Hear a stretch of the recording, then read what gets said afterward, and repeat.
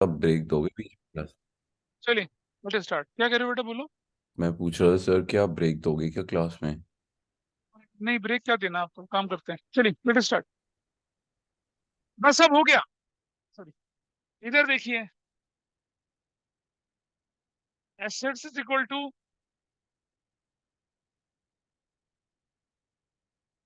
भाई बंद करो इसको। ये हो गया non current assets and this is current assets. ऐसे चलते गए बेटा, देखता जाना, इसी के बेस पे भी कम से कम 6 फार्मूले और आएंगे अभी। Non current liabilities and then we have current liabilities. अच्छा, एक और चीज समझिएगा। अगर मैं बोलूं कि टोटल एसेट्स, तो वो किसके बराबर होती है? टोटल लायबिलिटीज के बराबर होती है। और टोटल लायबिलिटी के दो कंपोनेंट होते हैं।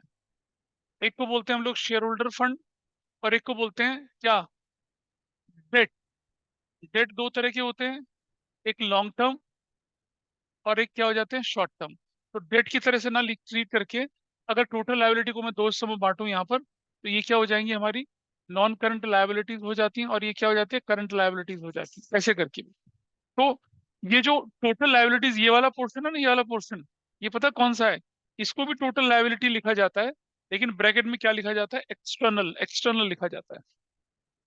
अगर सिर्फ डेट बोलेंगे, सिर्फ डेट, तो हम इसकी बात कर रहे हैं। और अगर टोटल डेट की बात बोलेंगे ना हम लोग, तो नॉन करंट और करंट दोनों का कॉम्बिनेशन होता है, इतना ध्यान रखिएगा। Don't get confuse in this term, आगे आएगी। सिर्फ डेट बोलेगा तो लॉन्ग टर्म डेट है, यानी कि नॉन करंट लायबिलिटी है। लेकिन अगर टोटल डेट बोलेगा तो नॉन करंट प्लस करंट दोनों मिला के है। ठीक है, सॉरी। आगे जो हम पढ़ने जा रहे हैं उसमें कुछ एक टर्म हमारे पास आएंगी, जैसे शेयर होल्डर फंड आता है। अब शेयर होल्डर फंड कैसे निकल सकता है भाई? शेयर होल्डर फंड एसेट्स और लायबिलिटी दोनों अप्रोच से निकल सकता है। जैसे देखें कि हमने बोला इक्विटी शेयर कैपिटल जोड़ दी, ठीक है। हमने बोला प्रेफरेंस शेयर कैपिटल जोड़ दी, और हमने बोला रिजर्व्स एंड सरप्लस जोड़ दिए। इनको जोड़ दिया तो क्या निकल कर आया? शेयर होल्डर्स फंड निकल कर आ गया। इसमें पार्टनरशिप में नहीं पड़ा था, हिडन गुडविल निकालते समय? कैपिटल एम्प्लॉयड क्या होती है उसमें? पार्टनरशिप में जब हमने कैपिटल एम्प्लॉयड पढ़ी थी तो क्या पढ़ा था? सारी कैपिटल, सारे रिजर्व सरप्लस, ठीक है, वो लिया था वो वाला पार्ट, और उसमें से क्या कर दिया था? माइनस कर दी थी क्या? अगर मैं टोटल एसेट्स लेके चलता था तो उसमें से माइनस कर देता था टोटल लायबिलिटीज, और क्या बचता था हमारे पास? कैपिटल एम्प्लॉयड बचता था, वहां कैपिटल एम्प्लॉयड। पार्टनरशिप में कैपिटल एम्प्लॉयड जो होता है ना, वो सिर्फ ओनर्स फंड होता है। लेकिन जब हम बात करेंगे कंपनी की, तो कंपनी में जो कैपिटल एम्प्लॉयड होता है वो owners fund as well as borrowed fund दोनों होता है। तो जरा समझो, अगर मैं कैपिटल एम्प्लॉयड निकालना चाहूँ एसेट साइड अप्रोच से, तो क्या करूंगा? टोटल एसेट्स ये लूंगा, ध्यान से सुन देखिए, नहीं जी ध्यान से देखिए जरा। टोटल एसेट्स में से क्या माइनस करूंगा? सिर्फ करंट लायबिलिटी माइनस कर दूंगा, मेरी कैपिटल एम्प्लॉयड निकल आएगी। और अगर मैं लायबिलिटी साइड अप्रोच से चलूँ तो क्या करूंगा? Share holder fund plus debt जोड़ दूंगा, तो कैपिटल एम्प्लॉयड निकल आएगा। तो कैपिटल एम्प्लॉयड निकालने का फॉर्मूला और शेयर होल्डर निकालने का फॉर्मूला सिर्फ अकाउंटिंग इक्वेशन में छुपा हुआ है। तो अब आपके जरा नोट्स देखते हैं, थोड़ा स्ट्रक्चर तरीके से देख लेते हैं। अब आपके पास जो नोट्स है ना, उनमें क्या है कि ये जो शेयर होल्डर फंड या कैपिटल एम्प्लॉयड निकालने में ना, दुनिया भर के फार्मूले और चीजें लगती है।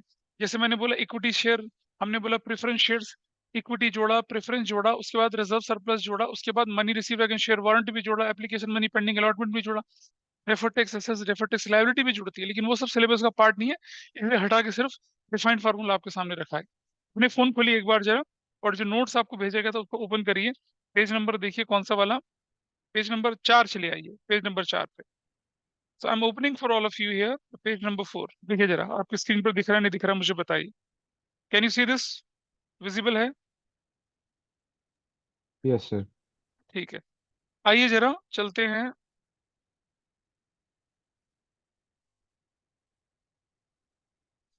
पेज नंबर 4 पे ही होना चाहिए इसको, 5 पे है। आया नहीं है, क्लास ग्रुप पे डाला हुआ है भाई मैंने। हाँ, पेज नंबर 5 पे है। देखिए सब लोग, जो उसके नीचे दिख रहा है इक्विटी, क्या लिखा हुआ दिख रहा है इक्विटी में? इक्विटी शेयर कैपिटल जोड़ दिया, रिजर्व सरप्लस जोड़ दिया, मनी रिसीव अगेंस्ट वार एनए कर दिया, हटा दीजिए इसको, ये सिलेबस का पार्ट नहीं है। Share application money pending allotment ये पार्ट नहीं है उसका। डेफर्ड टैक्स पार्ट नहीं है, डेफर्ड टैक्स एसेस पार्ट नहीं है, फिक्टिशियस एसेस पार्ट नहीं है। Share holder fund, equity share holder fund में प्रेफरेंस जोड़ दिया, दिखा पेज नंबर 5। और उसके बाद क्या निकला आपका, reserve surplus and share holder fund. थोड़ा ब्रीफ करके देखें इसको तो, equity share capital plus preference plus reserve and surplus. Fictitious एसेस फिर भी नहीं आता, हटा दिया इसको यहाँ से। Share holder fund, total assets में से अगर मैं टोटल लायबिलिटी एक्सटर्नल वाली माइनस कर दूं, टोटल एसेट्स में से टोटल लायबिलिटी कौन सी वाली माइनस कर दें, अगर हम लोग टोटल लायबिलिटी ये वाली माइनस कर दें तो बचेगा शेयर होल्डर फंड ही। वैसा भी हो सकता है फॉर्मूला। टोटल एसेट्स में से अगर मैं टोटल डेट माइनस कर दूं तो भी हमारे पास क्या बचेगा, शेयर होल्डर फंड ही बचेगा। हाँ जी बेटा, सेम चीज तो है, नाम बदल दिया बस। तो बच्चों को वही तो परेशानी लगती है, अगर कोई नॉन करंट लायबिलिटी बोल दे या डेट बोल दे तो उनको लगता पता नहीं क्या बोल दिया। शेयर होल्डर फंड देखिए, नॉन करंट एसेट्स है प्लस करंट एसेट्स है और minus non current liability minus current liability कर दूं, वो भी वही करा हमने। भाई देखो, non current assets plus current assets कर देंगे तो टोटल एसेट्स हो गया, और नॉन करंट लायबिलिटी और करंट लायबिलिटी को प्लस करके माइनस करेंगे तो टोटल डेट हो गया। तो भी आपके पास क्या, शेयर होल्डर फंड निकल कर आया। इंडिविजुअली करना चाहो तो कैसे कर सकते हैं, फिक्स एसेट्स में नॉन करंट इन्वेस्टमेंट जोड़ दिया जाए, करंट एसेट्स जोड़ दिया जाए, और नॉन करंट लायबिलिटी और करंट लायबिलिटी का टोटल माइनस कर दिया जाए, तो भी शेयर होल्डर फंड हमारे पास आएगा। या फिर देखें जरा कि, यहाँ देखें जरा एक और चीज, या फिर भाई देखो, इसको और इसको जोड़ के निकलता है कैपिटल एम्प्लॉयड, और अगर कैपिटल एम्प्लॉयड में से सिर्फ डेट माइनस कर दूं तो भी क्या आ जाएगा, शेयर होल्डर फंड आ जाएगा। तो रटने की जरूरत नहीं है, थिंग्स आर वेरी लॉजिकल। लेकिन अनफॉर्चुनेटली बार बार यही ज्ञान दिया जाता है कि रेशो रट लो और चैप्टर हो गया। काहे रट ले भाई रेशो को, दे आर लॉजिकली प्लेस्ड। क्यों रटे, अकाउंटिंग इक्वेशन इतनी अच्छी है जिसे लोग लीनियर इक्वेशन बोल रहे थे पिछली क्लास में, इतना अच्छा है, इससे सारा काम हो जाता है हमारा। ठीक है, तो शेयर होल्डर फंड से जरा अब एक बार जरा कैपिटल एम्प्लॉयड में नजर डाल लेते हैं फटाफट से जरा, क्योंकि उसकी जरूरत भी हमें पड़ने वाली है। देखिए, कैपिटल एम्प्लॉयड के लिए सबसे लास्ट पेजेस पे चलिए आप, जो आरओआई वाला पार्ट है ना वहां चलिए, पेज नंबर 10 पे आइए आप, calculation of capital employed, page number 10 पे चलिए। Pandey, where is your phone. शाबाश, आप पूरी रात तुम इस्तेमाल करोगे तो चार्जिंग तो सुबह मिलेगी नहीं ना। That's good. Asset side approach क्या कहती है आपसे कि भाई नॉन करंट एसेट्स जोड़िए, हाँ, पेज नंबर 10 पे है ना बेटा, राइट हैंड साइड डाउन पे बिल्कुल। तो non current asset side approach क्या कहती है, कैपिटल एम्प्लॉयड निकालने वाली, सिंपल देख के कह सकते हैं आपके टोटल एसेट्स कर लो, नॉन करंट करंट जोड़ दो, उसमें से करंट लायबिलिटी माइनस कर दो, कैपिटल एम्प्लॉयड निकल कर आ गया। ये रहा, इसको इसमें से सिर्फ ये पोर्शन माइनस कर दो ना, क्योंकि बाकी दोनों मिला के तो कैपिटल एम्प्लॉयड लायबिलिटी साइड से होता है, वैसे निकल कर आ गया। नीचे चले, नेट फिक्स एसेट्स, देखो समझना बात, मैं क्या लिख रहा हूँ यहाँ पर, नेट फिक्स एसेट्स लिख रहा हूँ। Can anybody tell me what is the meaning of net fix assets, कोई बताएगा, श्रेय, ये सोनाक्षी, नेट फिक्स एसेट्स का क्या मतलब होता है, एसेट्स माइनस क्या, depreciation, tangible intangible assets minus depreciation amortisation, तभी तो आती है नेट फिक्स एसेट्स। अरे ग्रॉस से जब हम कोई माइनस करेंगे तभी तो नेट आएगा, इको पढ़ते होंगे ना, जीएनपी एनएनपी, ठीक है, जीडीपी एनडीपी, पढ़ते नहीं है, कुछ माइनस करेंगे तभी तो निकल कर आता है। हाँ, नेट डोमेस्टिक प्रोडक्ट, थोड़ी इकोनॉमिक्स मैंने ही पढ़ी थी 12वीं में। Long term loans and advances other non current assets में से करंट लायबिलिटी माइनस कर दें, थोड़ा फॉर्मूला ये भी बन गया। अच्छा, नॉन करंट, अच्छा एक और चीज समझिएगा जरा, एक और चीज समझना प्लीज, देखो इधर देखिए, यहाँ देखना भाई, टोटल एसेट्स तो ये हिस्सा बना, और करंट लायबिलिटी ये वाला हिस्सा बना, इसके टोटल में से हम उसे माइनस कर रहे हैं तो क्या निकल आ रहा है, कैपिटल एम्प्लॉयड निकल आ रहा है। अच्छा, अगर कोई बच्चा ऐसा करे कि non current assets plus current assets minus current liability करता है, ऐसे करता है, तो आपको जानते हैं ये क्या चीज है, आपका फॉर्मूला क्या बन गया, नॉन करंट एसेट्स और प्लस क्या बन गया, वर्किंग कैपिटल। नहीं हो सकता ऐसा, अभी पढ़ा था वर्किंग कैपिटल किसके बराबर होता है, current assets minus current liability भी होता है। तो अगर हम नॉन करंट एसेट्स में वर्किंग कैपिटल जोड़ दें तो भी हमारा क्या है, कैपिटल एम्प्लॉयड निकल आता है। नॉन करंट एसेट्स है, उसमें करंट एसेट्स जुड़ती है, और करंट माइनस होती है। किसी समझदार बंदे ने क्या किया, नॉन करंट एसेट्स में वर्किंग कैपिटल जोड़ दिया, तो it will give me same reason. वही तो आएगा आंसर हमारा। हम क्या कर रहे हैं, नॉन करंट एसेट्स को ऐसे ही रख रहे हैं, इसके इसके डिफरेंस को जोड़ रहे हैं, और एक्चुअली हो तो यही रहा है। नॉन करंट में करंट जुड़ के माइनस करंट लायबिलिटी हो रहा है, will get the same answer. तो ये इक्वेशन हमें कहाँ हेल्प करती है, जहां हमें कैपिटल एम्प्लॉयड की मदद से क्या करना होता है, करंट लायबिलिटी या करंट एसेट्स निकालनी होती है, वहां पर हमारी हेल्प करता है। क्योंकि और वर्किंग कैपिटल दे रखा होता है वहां पर क्वेश्चन में, तो हमारा काम आसान हो जाता है। तो पेज नंबर 10 पे दोबारा चलते हैं जरा, देखिए।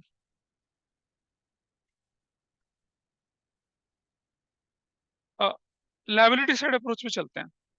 तो देखिए, लायबिलिटी साइड अप्रोच में ऊपर तो शेयर होल्डर फंड ही आएगा, इक्विटी शेयर, रिजर्व सरप्लस आएगा, प्रेफरेंस शेयर आएगा, नॉन करंट लायबिलिटी जुड़ेंगी, और ठीक है, और क्या निकल आएगी, कैपिटल एम्प्लॉयड निकल आएगी। अरे भाई पेज नंबर 11 पे चलिए आप, नीचे की तरफ, लायबिलिटी साइड अप्रोच है। लायबिलिटी के कंपोनेंट ले लिया हमने, शेयर होल्डर फंड पूरा उठा लिया, और क्या उठा लिया, नॉन करंट लायबिलिटी उठा लिया, and you got your answer.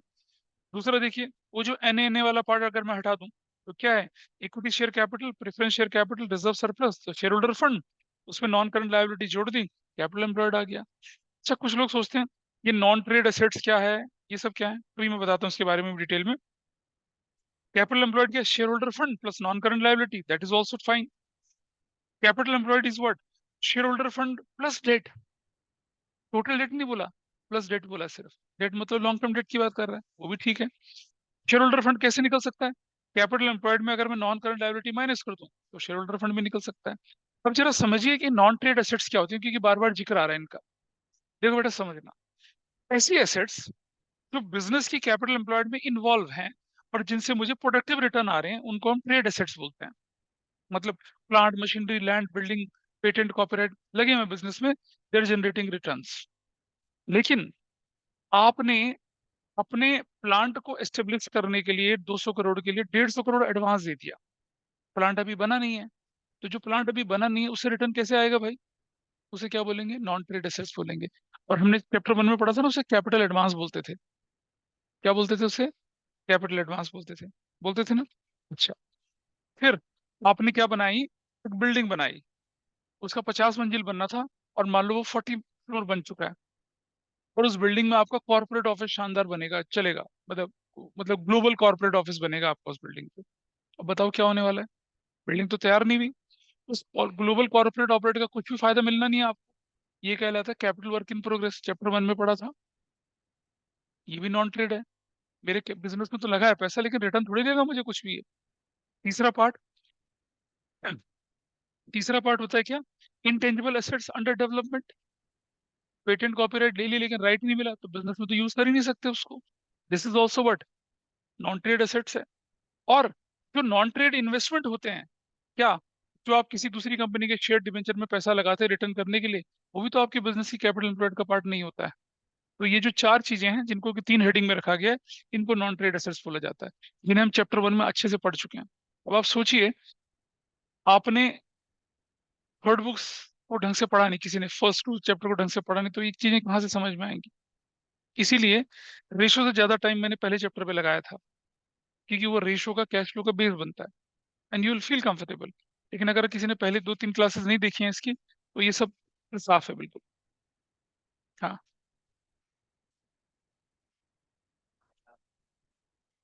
हाँ, कैसे, नहीं नहीं, है कहाँ हमारे पास, डील हो रखी है भाई।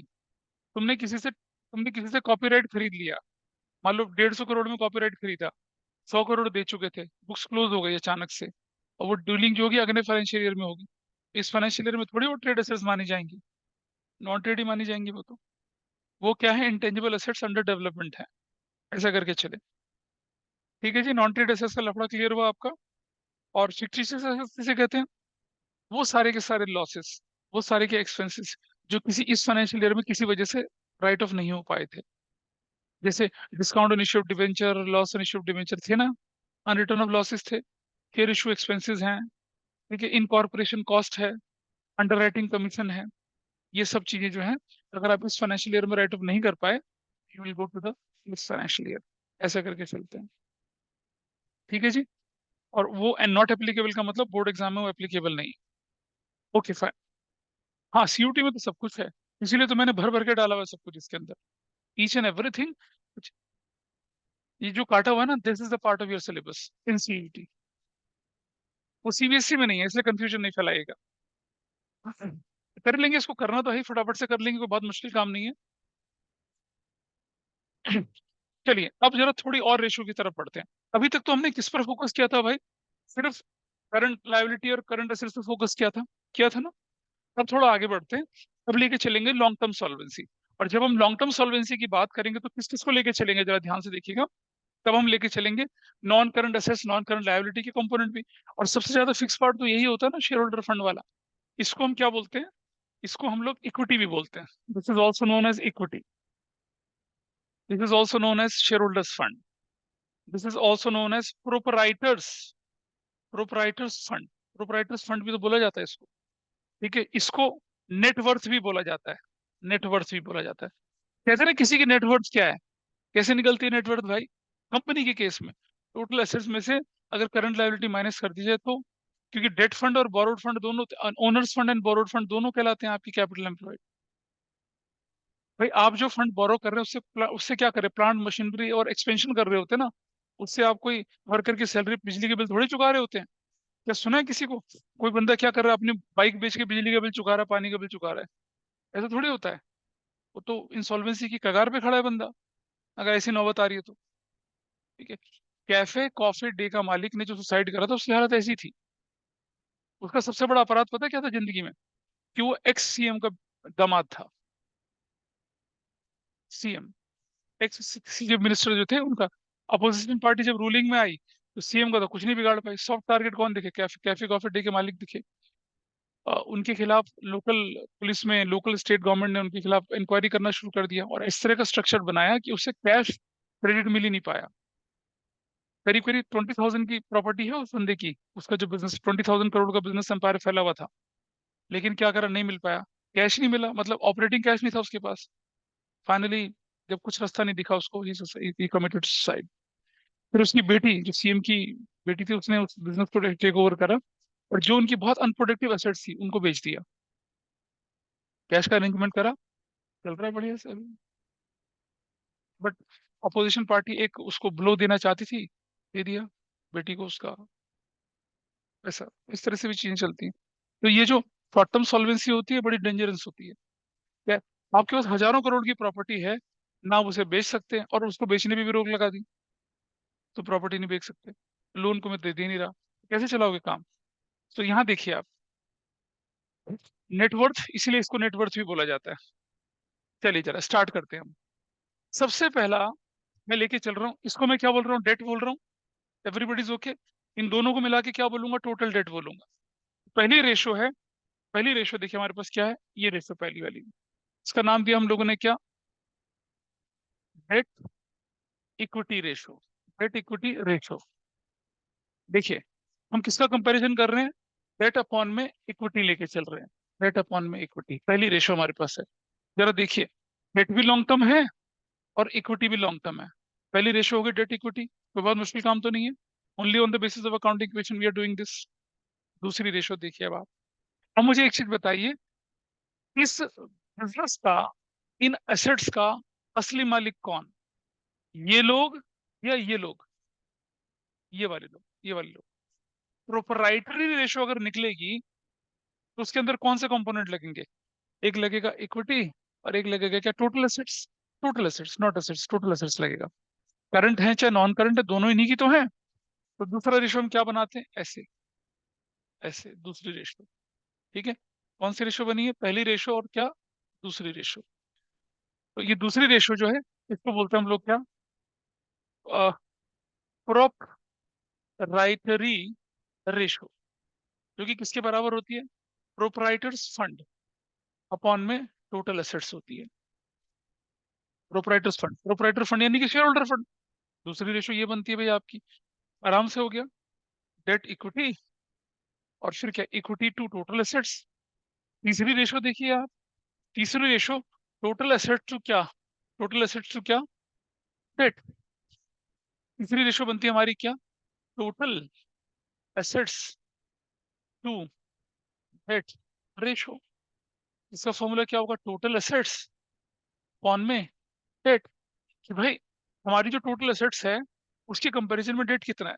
जरा देखो, टोटल एसेट्स के कंपैरिजन में अगर डेट ज्यादा है तो इंसॉल्वेंसी के चांसेस ज्यादा हो गए ना आपके। तो कर्जे वाले लूट खाएंगे आपके एसेट्स को। तो लूट क्या खाएंगे, जेन्युइन है उनका, वसूली करेंगे वो तो। ठीक है। और आप देख रहे हैं, ये देख रहे हैं क्या है ये? डोरेमोन की टोपी बन गई ना,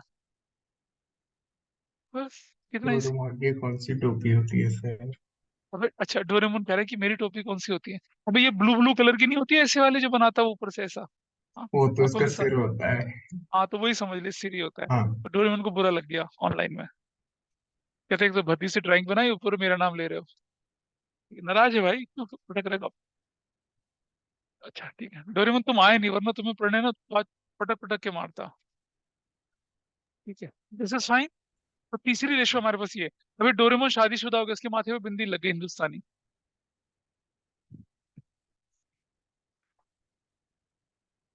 हाँ जी। अच्छा, Doraemon there is a suggestion for you. लेकिन डोरेमोन की शादी नहीं हुई है अभी, वो बिन फेरे हम तेरे है अभी। देयर इज अ सजेशन बताओ फ्रॉम द क्लास। सजेशन। हाँ, there is a suggestion from the class कि जब तुम आओ तो माथे पे बिंदी लगा के आओ, कान में कुंडल पहन के आओ, माथे पे गालों के, चेहरे पे लिपस्टिक, हाथ में। अरे मैंने एक वीडियो देखा, मेट्रो में देयर इज अ पर्सन, वो आता है और एक लेडी सीट से हटाता है, कहता है हटो यहाँ से, और बैठ जाता है। मांग भरी हुई है उसने, नाक में कर रखा है लिपस्टिक वाला, ऐसा। I've seen that। हाँ, सर ये क्लास की सजेशन है आपकी है? चलिए। अच्छा, थैंक यू बेटा। पता नहीं कहीं क्लास लिखा की था ऐसे। सजेशन है, आपकी सजेशन है ये बिंदी वगैरह? ठीक, तुम बेटे, तुम पढ़ाई लिखाई कर रहे हो, डोरेमोन ने बिंदी बिंदी बाद में लग जाएंगी। ठीक है। ठीक है, मैं मोती वाली बिंदी बना के दे दूंगा तुम्हें, तुम पढ़ तो लो पहले यहाँ पर थोड़ा सा। आइए, तो ये आपका हो गया, ये वाला पार्ट खत्म। Then, अब आप देखिए, अब एक रेशो हमारे पास और बचती है, वो है नंबर 4। इसको कहते हैं हम लोग इंटरेस्ट कवरेज रेशो। अब मुझे बताइए कि जो इंटरेस्ट होता है वो आप कहाँ से पे करते हैं? अपने प्रॉफिट से पे करते हैं। इंटरेस्ट पे करने के लिए आप थोड़े क्या आते हैं, घर गाड़ी बंगला बच्चा, नहीं बच्चा तो नहीं, खैर घर गाड़ी बंगला बेच देंगे, ऐसा थोड़ी होगा। नहीं कर सकते ना आप ऐसा। तो इंटरेस्ट जो पे किया जाता है प्रॉफिट से पे किया जाता है। और प्रॉफिट भी कौन सा वाला? उस प्रॉफिट में से जिसको हम बोलते हैं net profit before interest, before tax, before dividend. क्योंकि अगर आप after interest, after tax, after dividend रखेंगे तो आपके पास कुछ बचा ही नहीं ना। तो बिफोर इंटरेस्ट वाला होना चाहिए। बिफोर इंटरेस्ट का मतलब है before interest, before tax and before dividend. तो हमारा फॉर्मूला बनता है क्या?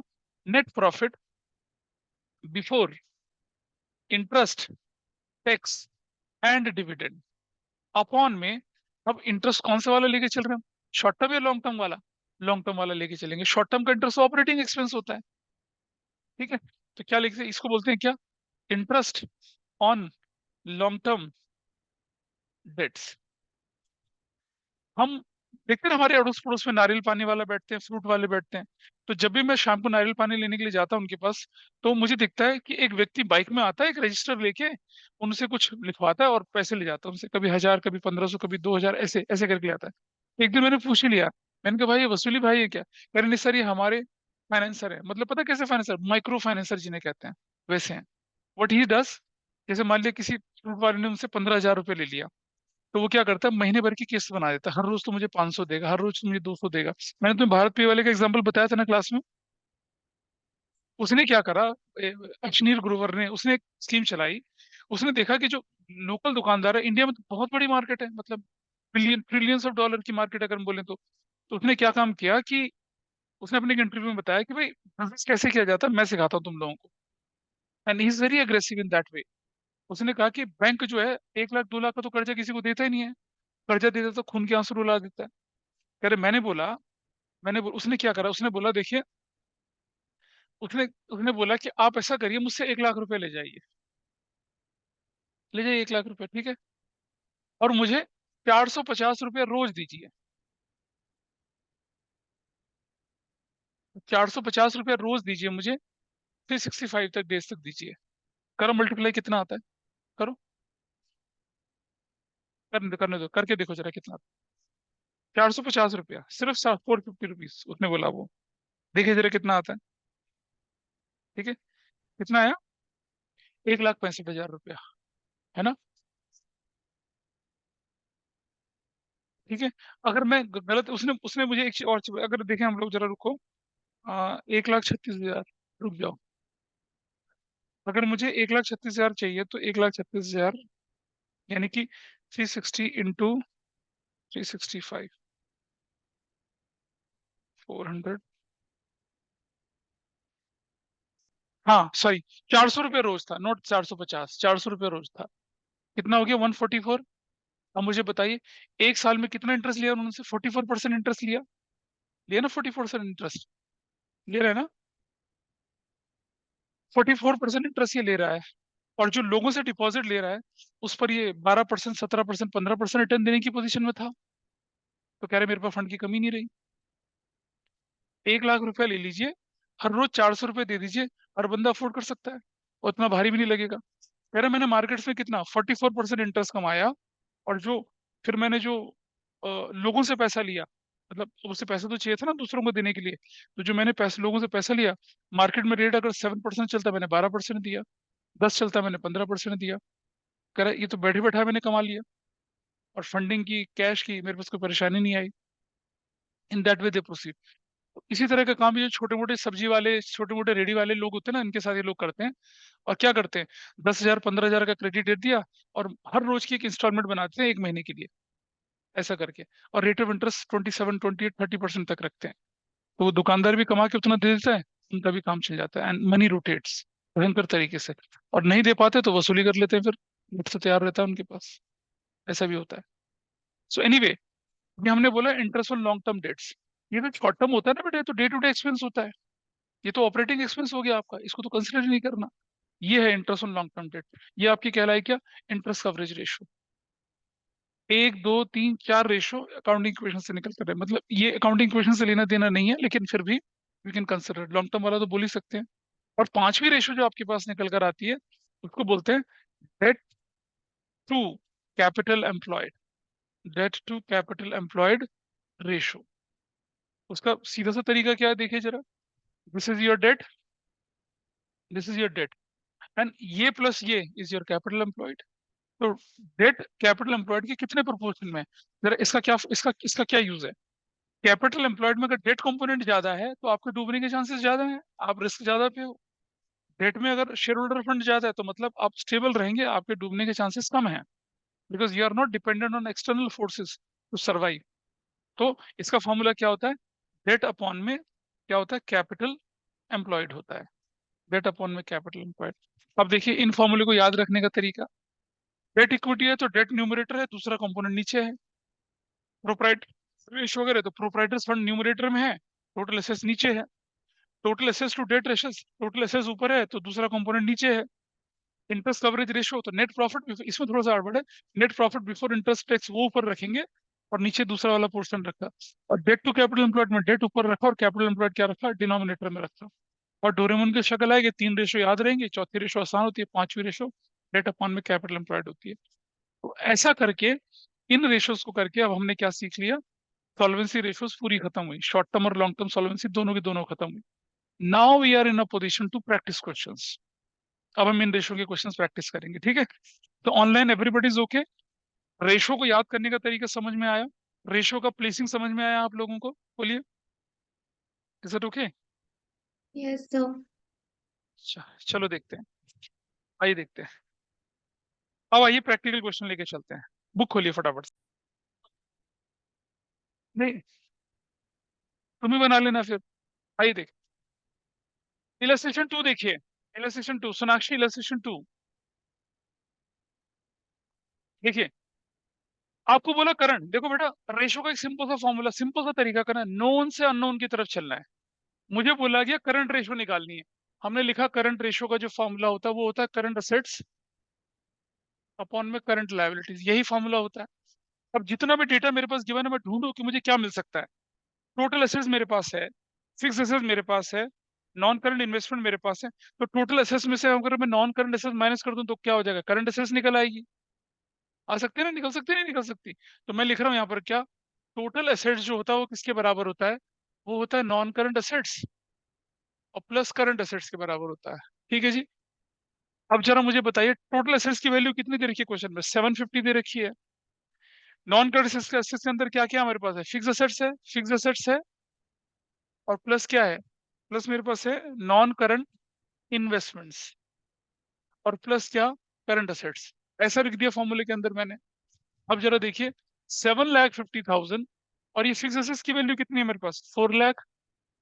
नॉन करंट इन्वेस्टमेंट की वैल्यू कितनी है? 2,50,000 प्लस क्या हो गया? Current assets. देखो सोनाक्षी, आपको कंपोनेंट निकला है। 750 में से कितना माइनस कर दिया? 650। What is my current assets? 750 minus 650। My answer is 1 lakh. Done. Total assets में से निकल आया।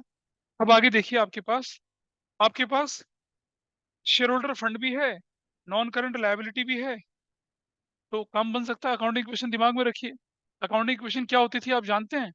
टोटल एसेट्स बराबर किसके? टोटल लायबिलिटीज के। सब जानते हैं इसको? जानते हैं? और टोटल लायबिलिटी किसके बराबर होती है? Share holder fund plus non current liability और प्लस क्या होती है? Current liability. ये भी सब जानते हैं? नहीं जानते? अभी बताया था अकाउंटिंग क्वेश्चन में। भाई ये जो है ये इसी के बराबर तो होता है। टोटल एसेट्स कितनी दे रखी है आपके पास? 7.5 लाख रुपए की दे रखी है। जरा देखिए, 7.5 लाख रुपया। शेयर होल्डर फंड कितना दे रखा है आपके पास? 5 लाख दे रखा है। नॉन करंट लायबिलिटी कितने की दे रखी है आपके पास? 2 लाख की दे रखी है। बचा क्या? Current liability. कितना आराम से हो रहा है ये काम। ठीक है, तो कितना हो गया? Current liability is what? This is 750 minus 7 lakh. What is your answer? 50,000। तो अब आपके पास करंट रेशो जो है वो क्या बनेगी? The value is 1 lakh upon में 50,000 2/1 which is 2:1। That's your answer. Known से अननोन की तरफ चलना है भाई। अकाउंटिंग इक्वेशन सिंपल, एक सिंपल मूल मंत्र है इस तरह के क्वेश्चंस को करने का। ठीक है? हाँ भाई। अच्छा, पांडे जी पता चला। अगला मैंने कौन सा बोला था करने के लिए आपको? थर्ड बोला था। तीसरा हो गया। 4, 3, 5। ऑनलाइन में थर्ड हो गया सबसे। नहीं हुआ तो I will take it again. हो पा रहा है क्वेश्चन? नहीं हो पा रहा तुमसे? कोई बात नहीं, ठीक है। देखिए, चले आगे, लेके चलूं? अगर ये नोट कर लिया मिटाएं इसको, बोलो। अरे लक्षित Yes, करण sir. सोनाक्षी। चलिए इसको करते। नहीं नहीं, वो भी नहीं ना।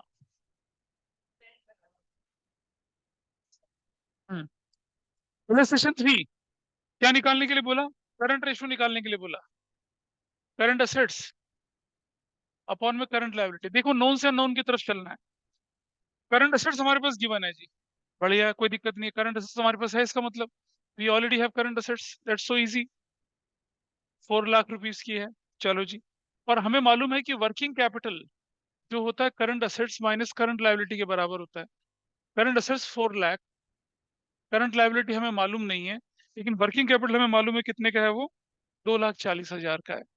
सो ये करंट लायबिलिटीज कितने की हो गई बताइए? 4 लाख माइनस 240, दिस इज 160 की। करंट लायबिलिटी भी निकल आई। सो करंट रेशो क्या बनेगी अब आपकी? 4 लाख डिवाइडेड बाय 1 लाख, नहीं हाँ 1,60,000। 1 2 3 4, 1 2 3 4, 4 1 10 4। तो 2.5:1। That's your answer. इतना आराम से पांडे जी ने निकाल लिया, बताइए। अगर मैं बोलता पांडे जी ने भी निकाल लिया तब वो डेरोगेटरी होता। हाँ, नहीं नहीं, 2.5:1 करके मतलब इसको प्योर रेशियो की फॉर्म में रखेंगे। 5 देखिए आप। 5 नहीं कर पाए किसी का? 5 करा किसी ने? ना हो पाया? 5 हो गया नहीं हुआ बताइए? ऑनलाइन में पहले टेक 5 से आगे बढ़े थोड़ा सा। ये करने हैं तुम्हें? Okay, मैं sir. अगर छोड़, हाँ ठीक है। 5 अगर आपने कर लिया, नहीं करा, अरे खुद करो अब इसको। 7 करिए, 7। देखिए, जिन्होंने 5 नहीं करा वो 5 करें, और अगर 5 नहीं हुआ है, 5 हो चुका तो 7 करिए। जल्दी करिए, 5 और 7 दोनों करना है। अगर इलस्ट्रेशन नंबर 7 हो चुकी है तो इलस्ट्रेशन 8 करिए और फिर 10 करिए। Now do illustration 15। इलस्ट्रेशन 8 देखिए, किसी बच्चे को परेशानी हो रही, देखिए कैसे इलस्ट्रेशन 8 देखिए, नहीं हुआ था तो डोरेमोन देखिए इधर। दोबारा बोला गया आपसे current ratio, current assets upon में current liabilities is equal to कितना बोल रहे हैं, 2.5/1 बोल रहे हैं। Is it fine? बोलो। अरे भाई जिसको परेशानी थी यक्ष बताइए। ठीक है, अच्छा ठीक है सर, ओके। अब जरा यहाँ देखो, मैं मान लेता हूँ let current liability is equal to x. तो क्या बनेगा, जरा ध्यान से देखना मेरा। करंट एसेट्स अपॉन में करंट लायबिलिटीज, यानी कि एक्स जो है इज इक्वल टू कितना हो जाएगा, 2.5 अपॉन में क्रॉस मल्टीप्लीकेशन करूंगा तो करंट एसेट्स किसके बराबर हो जाएगा, 2.5 एक्स के बराबर हो जाएगा। दिस इज फाइन, हो गया ये। अब देखो वर्किंग कैपिटल किसके बराबर होता है, current assets minus current liabilities, इसी के बराबर होता है। हाँ करंट सर, एसेट्स है हो जाएगा 2.5x, बिल्कुल। ये समझ x आ है, गया। और ये वैल्यू कितनी है आपके पास, 60,000 है। तो 1.5x इज इक्वल टू कितना हो गया, 60,000। x इज इक्वल टू कितना हो गया, 60,000 डिवाइडेड बाई 1.5, पॉइंट हटा दिया 0, 4, कितनी वैल्यू आ गई, 40,000 आ गई। क्या निकल आई, करंट लायबिलिटी निकल आई। करंट एसेट्स किसके बराबर है, 40,000 को किससे मल्टीप्लाई कर रहे हैं, 2.5 से। You got your value. बोलो, मुश्किल है क्या? नहीं सर, मेरे को हाँ 2.5:1 वाला हाँ समझ नहीं आया। हाँ, ये आ गया वो आपका, दोनों चीजें आपके पास आ गई। इलस्ट्रेशन मैंने आपसे कौन सी करने के लिए कहा था अभी, 15 बोला ना। हाँ 15 बोला करने के लिए। ये जो 12, 13, 14, 15 कर लिया तो करिए ना। सर 10 नहीं हाँ करना। 10 करिए ना, 10 भी करिए। जो लोग 10, 15 कर चुके हैं अब आ जाइए थोड़ा आगे, एंड लेट अस मूव। वो पहुंचिए इलस्ट्रेशन नंबर 23, 25, 27। 23, 25, 27 करेंगे। मैं लिख रहा हूँ यहाँ पर 23, 25, 26, 28, 31, ये वाली करनी है अब आप, ये पार्ट। ये शुरू करो करना, तो 15 तक है।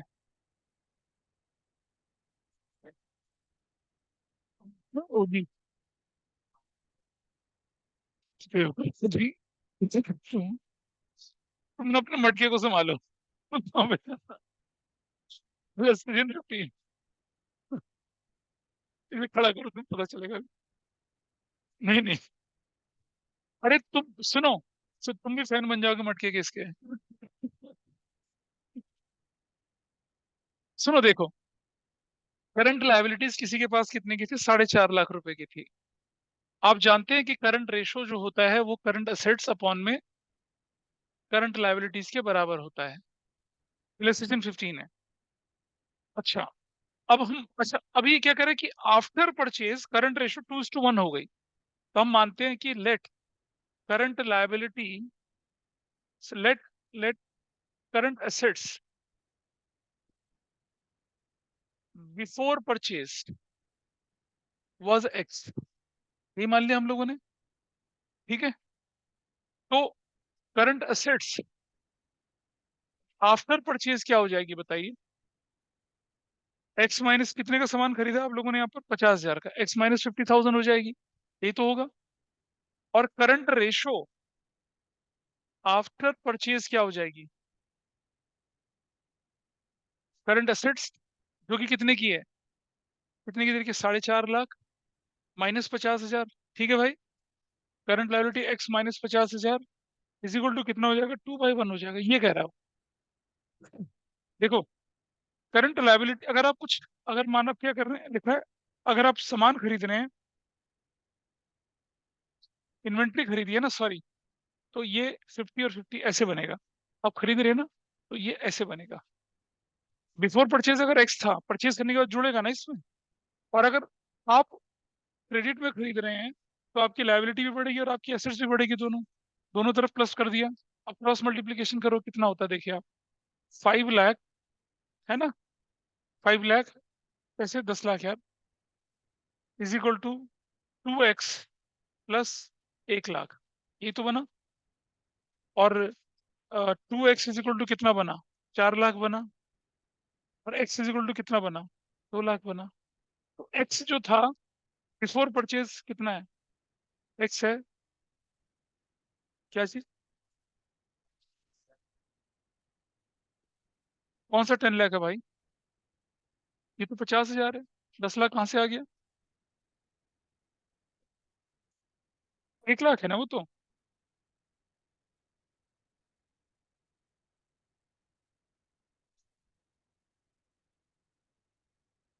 कौन सा वाला, देखो रुक जाओ, एक चीज देखिए, हमने ले लिया,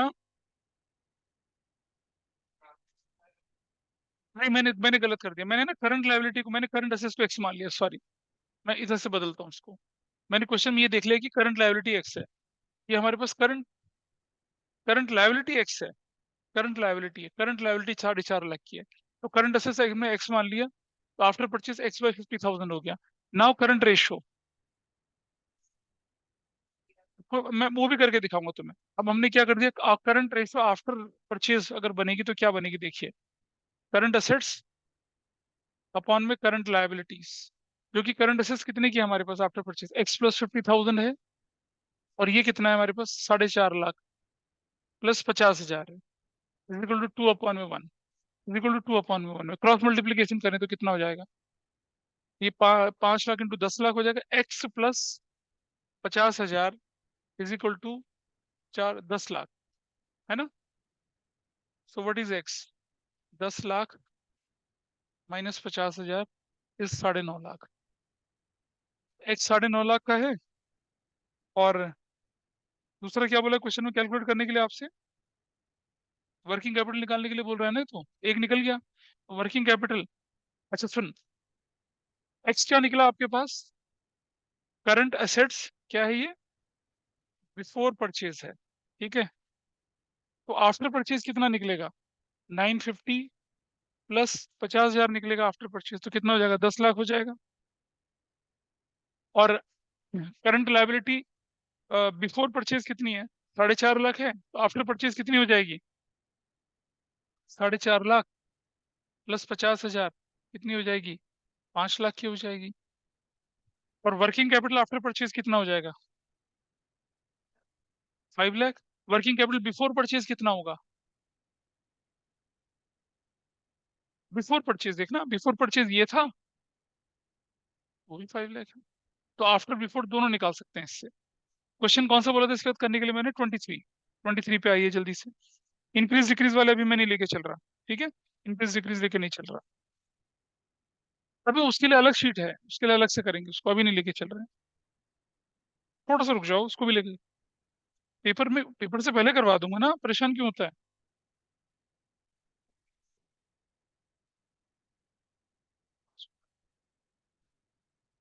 23, 25, 26 हो गए नहीं हो गए, ये बताइए मुझे, कोई कर पाया इसे, क्रिएट करें चलो। Current liability of a company is 3 lakh, 28 कर रहा हूँ मैं इलस्ट्रेशन आपके सामने। इट सेज, सुनो, आपके पास क्या क्या गिवन है, करंट रेशियो गिवन है, जो कि करंट असेट्स अपॉन में करंट लायबिलिटीज बराबर 3/1 होता है, एक इंफॉर्मेशन ये गिवन है। और लिक्विड रेशो, जो कि लिक्विड एसेट्स अपॉन में करंट लायबिलिटीज भी गिवन है, कितने की, 1/1 की गिवन है, ऐसे गिवन। अब जरा देखो इनको हम कैसे यूज कर सकते हैं प्रोडक्टिवली। मेरे पास सिर्फ एक चीज गिवन है, मैं इलस्ट्रेशन 828 लेके चल, मेरे पास सिर्फ एक चीज गिवन है, करंट लायबिलिटी गिवन है, जो कि कितने की बोली हुई है, 3 लाख की बोली हुई है ना। तो चलो एक रेशो पकड़ते हैं, सब कुछ निकल आएगा।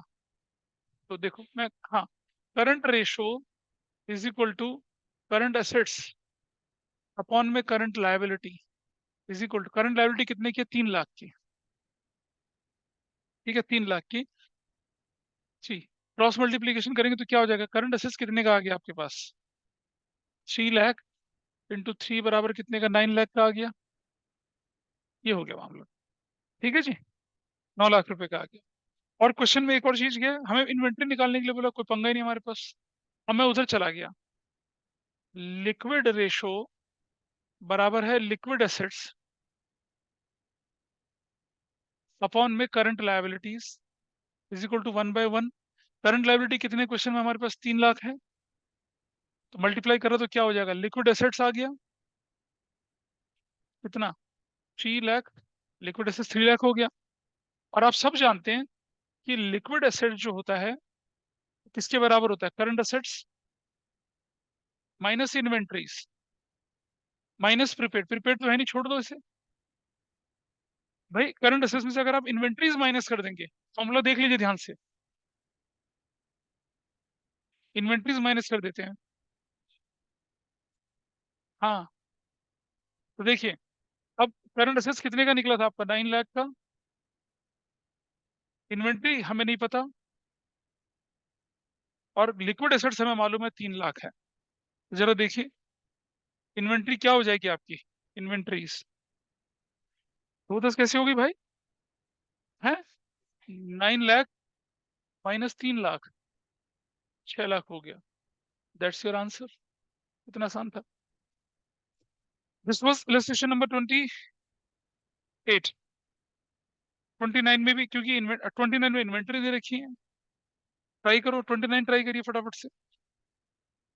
हुआ है। हाँ 31 कर लिया, 31 देख के करा ना,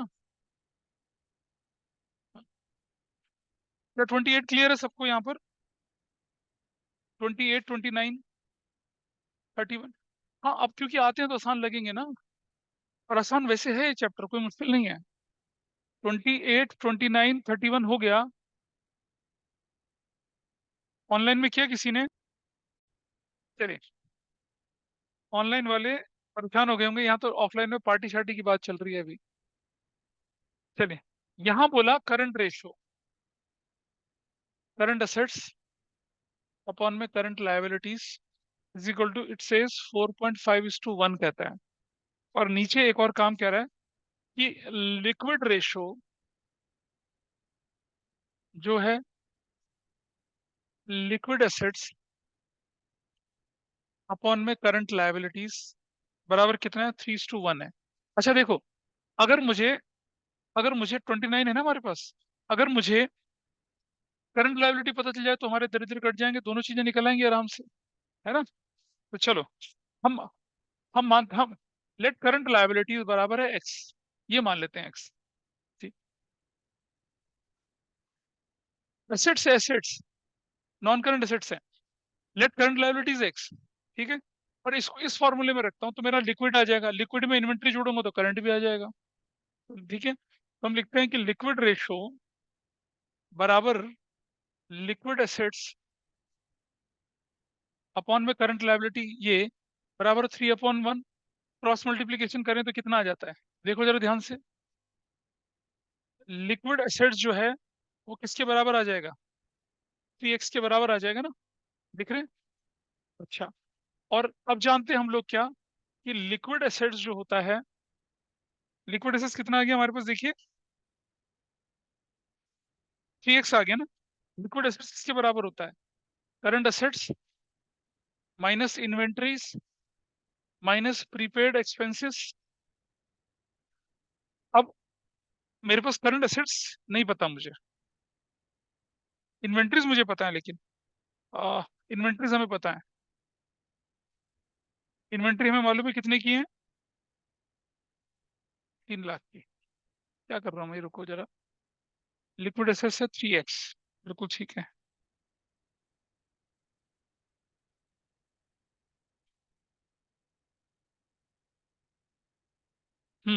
ठीक है। नहीं रुक जाओ, थोड़ा सा काम और करना है अभी, रुक जाइए, होल्ड करिए यहाँ पर। अच्छा, ऊपर वाले फॉर्मूले में चला गया मैं, करंट रेशो बराबर है कितना, करंट एसेट्स अपॉन में x इज इक्वल टू 4.5/1, ये आ गया। तो करंट एसेट्स क्या आ जाएगा मेरे पास, 4.5x आ जाएगा, आ गया। और मैं जानता हूं कि लिक्विड एसेट्स जो है वो किसके बराबर होती है? Current assets minus inventories minus prepaid expenses होता है। लिक्विड एसेट्स कितनी हमारे पास है यहाँ पर? 3x है। करंट एसेट्स है 4.5x। और इन्वेंट्री कितनी हमारे पास है? इन्वेंट्री कितनी दे रखी है क्वेश्चन में? 3 लाख की। और ये प्रीपेड तो 0 है, तो ये उधर से कर दूंगा तो क्या हो जाएगा? 4.5x minus 3x is equal to, देख रहे हो, इज इक्वल टू कितना? 3 लाख। Got it? और 1.5x इज इक्वल टू कितना? 3 लाख। और x इज इक्वल टू कितना हो जाएगा? 3 लाख, है ना, अपॉन में 1.5, तो क्या वैल्यू आई? 2 लाख रुपए निकल आया। x निकल आया। x क्या था आपके पास? करंट लायबिलिटी थी, तो करंट एसेट्स भी निकल आएंगी। करंट लिक्विडिटी, तो देखिए जरा यहाँ पर। नाउ लिक्विड एसेट्स क्या है हमारे पास? लिक्विड एसेट्स कितना? 3 इंटू 2 लाख बराबर 6 लाख का। ठीक है। और करंट एसेट्स क्या है हमारे पास? 4.5 इंटू कितना? 2 लाख, जो कि कितना है? 9 लाख। तो अब मेरे पास सारी वैल्यूज आ चुकी हैं, मैं आराम से क्या निकाल सकता हूँ? करंट लायबिलिटी निकाल दी, करंट एसेट्स निकाल दी, और इस सबको ये तो निकल गया, और तो कुछ निकालने के लिए बोला नहीं था।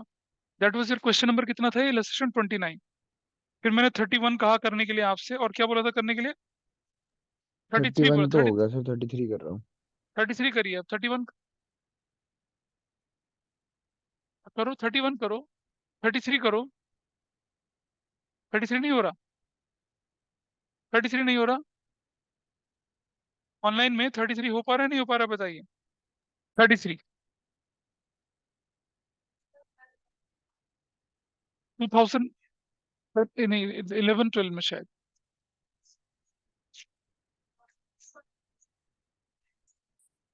अब नहीं आता, मैं छोड़ दो, अब नहीं।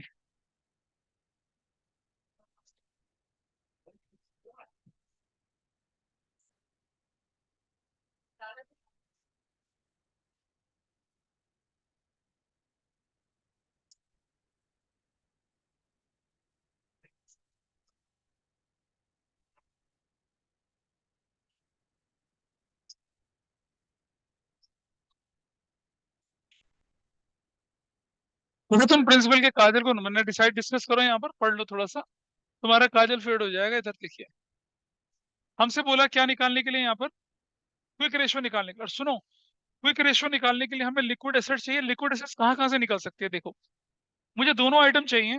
मुझे करंट एसेट्स भी चाहिए, और करंट, यहाँ इन्वेंट्री हमारे पास दे ही रखी है। इस पे इंपॉर्टेंट जो जो मैं करवा रहा हूँ, इन पे इंपॉर्टेंट लगाना, उन्हीं को रिवाइज करना एग्जाम में बाद में। तो इन्वेंट्री हमारे पास है, प्रीपेड हमारे पास है, तो हमें करंट एसेट्स मिल जाए कहीं से। और करंट लायबिलिटी, तो जरा ढूंढो करंट एसेट्स कहाँ से मिल सकती है? टोटल एसेट्स से मिल सकती है हमें। जानिए, total assets is equal to किसके बराबर होती है? Non current assets plus current assets के बराबर। Everybody is okay with this? Total assets question में कितने की दे रखी है आपके पास? 19,20,000 की दे रखी है। एग्रीड? नॉन करंट एसेट्स के कंपोनेंट कौन कौन से हैं? हाँ सुनो सुनो बेटा, फिक्स एसेट्स प्लस, प्लस हमने बोल दिया non current investments, non current investments plus long term loans and advances भी है, ये भी तो हुआ। और प्लस करंट एसेट्स, ये आपके पास information. Current assets, current assets में, करंट एसेट्स आपको ना प्रीपेड एक्सपेंस इन्वेंटरी दे रखी है, लेकिन ये टोटल करंट एसेट्स नहीं है, ये तो छोटा सा पार्ट है उसका। अब आइए देखिए, 19,20,000 is equal to fix assets कितने की थी आपके पास? 720 की। नॉन करंट इन्वेस्टमेंट कितने का था आपके पास? 1,20,000 का। लॉन्ग टर्म लोन कितने के थे आपके पास? 1,20,000 के। इनका टोटल कर लीजिए, और करंट एसेट्स यहाँ छोटा सा बच्चा किनारे में दुबका बैठा है, इनका टोटल करिए कितना आता है? 19,20,000, ये कितना? 7 और एक 8 और एक 9, 960 प्लस करंट एसेट्स। तो भाई current assets is equal to what now? 960 minus, sorry, 19,20,000 minus 960, क्या है बताइए वैल्यू? 960 आ रहा है। 960 आपका करंट एसेट्स आ गया, एक कंपोनेंट आपको मिल गया। चलो, करंट एसेट्स निकल गया। अब मैं क्विक एसेट्स निकालना चाहूँ तो कैसे निकाल सकता हूँ? Current assets minus inventories minus prepaid expenses, मतलब सब कुछ प्लेटर में दे रखा, आपको सिर्फ प्लेस करना था उसको। 960 माइनस कर दिया, व्हाट इज इन्वेंटरीज 228, यार क्या कह रहे हैं 228 माइनस प्रीपेड एक्सपेंसेस 12,000 के, तो कितना आ गया 960 में से कितना 240 माइनस कर दिया है ना, 240 माइनस करा ना, कितनी वैल्यू आ गई 7 हाई 90 यार 20 720, you got other value also. अब हमें करंट लायबिलिटी ढूंढना है।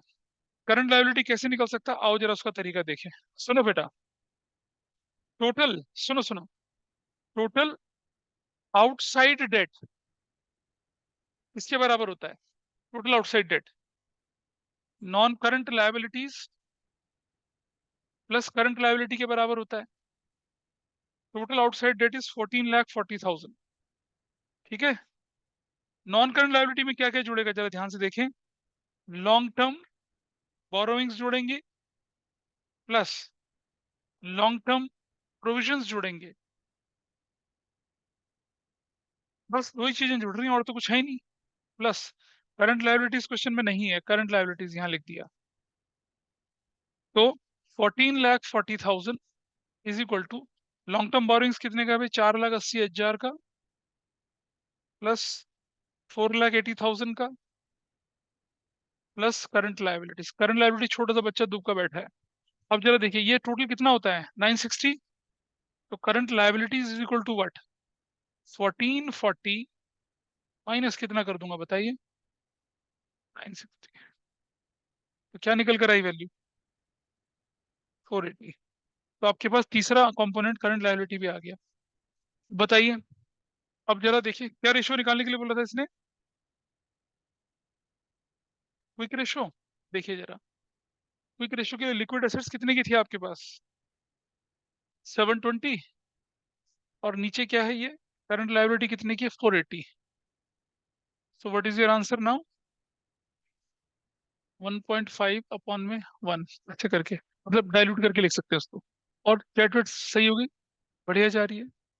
That was illustration number 33। 34 भी बिल्कुल वैसा ही है, ये घर में करेंगे इसको।